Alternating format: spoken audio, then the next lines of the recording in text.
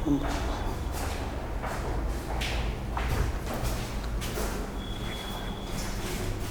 Students, कैसे हैं आप?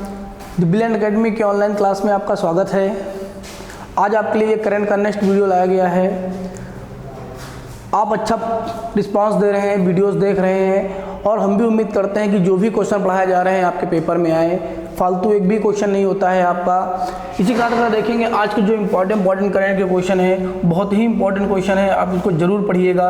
अगर आप बात करेंगे, हमारा पहला जो करंट का क्वेश्चन है वो एक एप्लीकेशन लॉन्च हुआ है, बहुत इंपॉर्टेंट एप्लीकेशन है। हाल ही में किसके द्वारा विकसित ई गोपाला एप्लीकेशन का वेब संस्करण लॉन्च किया गया है? तो राष्ट्रीय डेयरी विकास बोर्ड, राष्ट्रीय डेयरी विकास बोर्ड के द्वारा ई गोपाला एप्लीकेशन का लॉन्च किया गया है। इस एप्लीकेशन के द्वारा जो किसान दूध उत्पादन करते हैं, गाय का पालन या डेयरी पालन करते हैं, उनको बहुत फ़ायदा मिलेगा, इसीलिए यह एप्लीकेशन लॉन्च किया गया है। किसके द्वारा लॉन्च किया गया है? तो राष्ट्रीय डेयरी विकास बोर्ड। नेक्स्ट जो आपके लिए करंट का क्वेश्चन है, अगर आप देखेंगे, भारत के युवा मामलों और खेल मंत्री का नाम बताइए जिन्होंने ही हाल ही में क्या किया है? फिट इंडिया मोबाइल एप्लीकेशन को लॉन्च किया है। क्या लॉन्च किया है? Fit India mobile application launch किया है। तो वो कौन युवा मामले के और खेल मंत्री हैं? इनका नाम क्या है? आपके अनुराग ठाकुर। अभी हाल ही में मोदी का मंत्रिमंडल चेंज हुआ है आपका, तो उसी में नए नए मंत्री आपके नियुक्त हुए हैं। तो इसी में आपके जो अनुराग ठाकुर हैं प्रेजेंट में, ये युवा मामले के मंत्री हैं और एक खेल मंत्री हैं। 2 मंत्रालय का इन्हें भार दिया गया है, इतना आप याद रखिएगा। नेक्स्ट जो क्वेश्चन है आपके लिए, टोक्यो पैरालंपिक में भारतीय निशानेबाज क्या नाम है? अवनी लेखरा।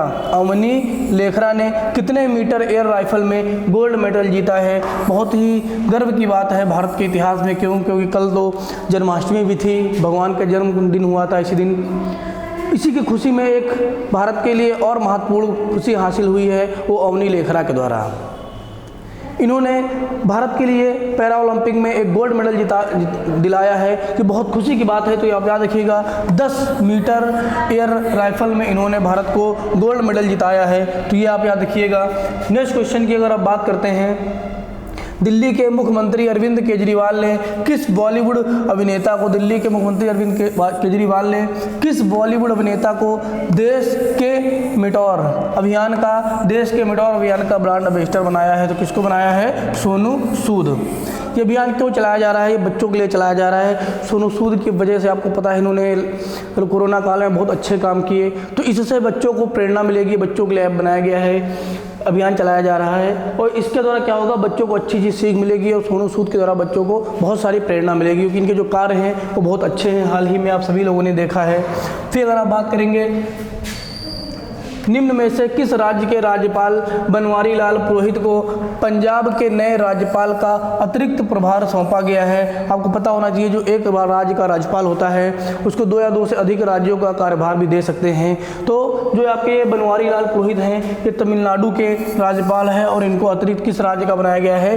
पंजाब राज्य के नए राज्य का राज्यपाल नियुक्त किया गया है। ठीक है, तो ये क्वेश्चन आप याद रखिएगा। 2 राज्यों का प्रभार इनको मिला है, एक पंजाब, एक आपके क्या है, ये तमिलनाडु के पहले से ही हैं। फिर अगर आप बात करते हैं, भारत की कंपनी एफकॉन्स ने किस देश में अब तक की सबसे बड़ी बुनियादी ढांचा परियोजना के लिए एक अनुबंध पर हस्ताक्षर किए हैं? कि भारत के लिए बहुत बड़ी बात है, क्योंकि भारत को इतने बड़े बड़े प्रोजेक्ट मिल रहे हैं। इससे पहले अगर आपने देखा होगा, चाइना, अमेरिका, ब्रिटेन, इन सब देशों को ही बड़े बड़े प्रोजेक्ट मिलते हैं। लेकिन यहाँ पे अगर आप बात करेंगे तो भारत भी इन सब क्षेत्रों में विनिर्माण के क्षेत्र में लगातार विकास कर रहा है और बड़े बड़े प्रोजेक्ट ले रहा है। तो किस देश से समझौता किया है? तो आपके मालदीव से समझौता किया है। अगर आप बात करेंगे तो हमने कुछ नोट में यहाँ पे बातें लिखी हैं। इस परियोजना को जनरेटर मेल कनेक्टिविटी प्रोजेक्ट के रूप में करार किया गया है। यह GCMP प्रोजेक्ट चीन की सहायता से बनाए गए सिनामाले ब्रिज से भी बड़ी परियोजना है। देखिए बेटा, अभी तक जितनी बड़ी बड़ी परियोजनाएं थी सब कुछ चाइना बनाता था, लेकिन जो भारत ने करार किया है, तो चाइना ने एक प्रोजेक्ट बनाया है GCMP प्रोजेक्ट। इससे भी बड़ा प्रोजेक्ट है जिसे भारत को मालदीव से मिला है, और बहुत ही खुशी की बात है भारत के लिए। अगर आप नेक्स्ट क्वेश्चन की बात करेंगे, किस एरोस्पेस कंपनी ने अंतरिक्ष स्टेशन के लिए चींटियां, एवोकाडो और रोबोटिक आर्म को लॉन्च किया है? तो अमेरिका की स्पेस एजेंसी है स्पेस एक्स, अमेरिका की निजी एजेंसी बोल सकते हैं। क्यों? क्योंकि अमेरिका की स्पेस एजेंसी आप देख रहे हैं नासा भी है। भारत की अगर बात करेंगे तो भारत की इसरो है। तो अमेरिका की जो स्पेस एजेंसी है स्पेस एक्स, उन्हीं ने क्या किया है, अंतरिक्ष स्टेशन के लिए एक नया मिशन लॉन्च किया है, जिसके तहत चींटियां, एवोकाडो और रोबोटिक आर्म को भेजा जाएगा अंतरिक्ष में। ये आप क्वेश्चन याद रखिएगा, बहुत इंपॉर्टेंट क्वेश्चन है। फिर अगर आप बात करेंगे नेक्स्ट क्वेश्चन की, भारत और किस देश की सीमा के पास 11,000 फीट की ऊंचाई पर भारत के सबसे ऊंचे हर्बल पार्क का उद्घाटन किया गया है? जब भी भारत में कोई चीज़ पहली बार होती है ना, भारत में पहली बार है, ये अलग से आपका टॉपिक होता है भारत में पहली बार, तो आपके लिए बहुत ज़्यादा इंपॉर्टेंट हो जाता है। तो आप अगर बात करेंगे कि सबसे ऊँचे हर्बल पार्क का उद्घाटन भारत और किस देश की सीमा पर किया गया है, तो भारत और चीन देश की सीमा पर क्या किया गया है, भारत के सबसे ऊँचे हर्बल पार्क का उद्घाटन किया गया है। अगर नेक्स्ट क्वेश्चन आप देखते हैं करंट का, नेक्स्ट क्वेश्चन की अगर आप बात करते हैं, न्यूयॉर्क की पहली महिला गवर्नर के रूप में निम्नलिखित में से किसने शपथ ली है? या पूछ सकता है न्यूयॉर्क की अगर बात करेंगे पहली जो महिला गवर्नर है वो कौन आपकी बनी है? तो कैथी होचुल। कैथी होचुल, ये भी आपके लिए बहुत इंपॉर्टेंट क्वेश्चन है, क्योंकि अगर कोई क्वेश्चन महिलाओं से संबंधित है, महिलाओं से कोई महिला पदक जीती है, या किसी महिला को बड़े पद पर नियुक्त किया गया है, या कोई महिला बड़ी पदाधिकारी बनी है, या हमारी कोई भारतीय महिला है उसको विदेश में कोई अच्छा पद मिला है, तो ये आपके लिए बहुत इंपॉर्टेंट क्वेश्चन हो जाता है, इसको भी आप याद रखिएगा। नेक्स्ट क्वेश्चन की अगर आप बात करते हैं, वैश्विक संपत्ति सलाहकार फर्म कुशमैन वेकफील्ड की तरफ से जारी विनिर्माण जोखिम सूचकांक सन 2021 में निम्नलिखित में से कौन सा देश प्रथम स्थान पर रहा है, या किसने पहली रैंक हासिल किया है? इसमें जो पहला स्थान है आपका वो चीन का है। अगर भारत की बात करेंगे तो वो अमेरिका को पछाड़कर दूसरे नंबर पर आ गया है, और तीसरे नंबर पर आपका अमेरिका है। तो ये आपको याद रखना है, विनिर्माण जोखिम सूचकांक सन 2021 में पहले नंबर पर चीन है, दूसरे नंबर पर भारत है, और तीसरे नंबर पर कौन है? अमेरिका है। फिर आप नेक्स्ट क्वेश्चन की अगर बात करेंगे, यहाँ पर हमने कुछ आपके लिए विविध के क्वेश्चन डाल दिए हैं जो आपके लिए इंपॉर्टेंट है, इसको आप याद रखिएगा। ये आपके लिए विविध के टॉपिक हैं।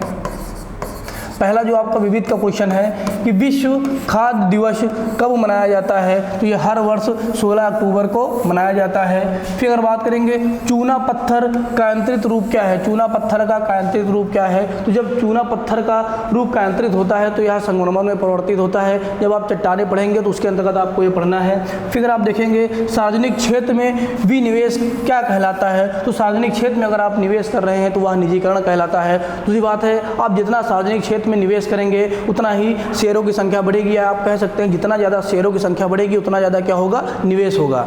इस तरह आप याद रखिएगा।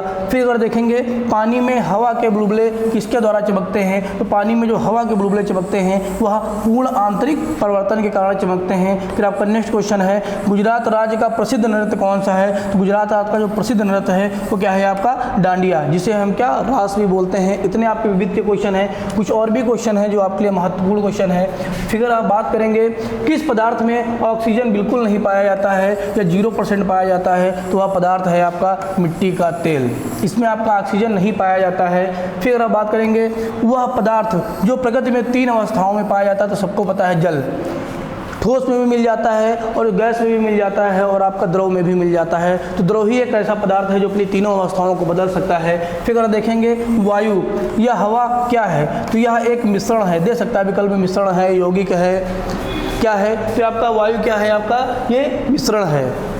फिर अगर आप बात करेंगे स्टेनलेस स्टील किस प्रकार की धातु है? तो यह एक प्रकार की मिश्र धातु है। क्यों? कई धातुओं को मिलाकर आपका स्टेनलेस स्टील बनाया जाता है, इसीलिए आपकी यह मिश्र धातु है। नेक्स्ट क्वेश्चन की अगर बात करेंगे प्रकृति में कौन ना ही तत्व है और ना ही यौगिक है? तो आपका क्या है? वो हवा है। क्यों? क्योंकि ना तो तत्व है और ना ही यौगिक है, हवा क्या है? ये मिश्रण है।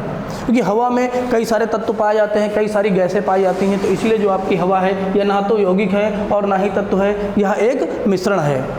इसी के साथ हम कल मिलते हैं आपसे नेक्स्ट वीडियो में। आप पढ़ाई करते रहिए। धन्यवाद बेटा।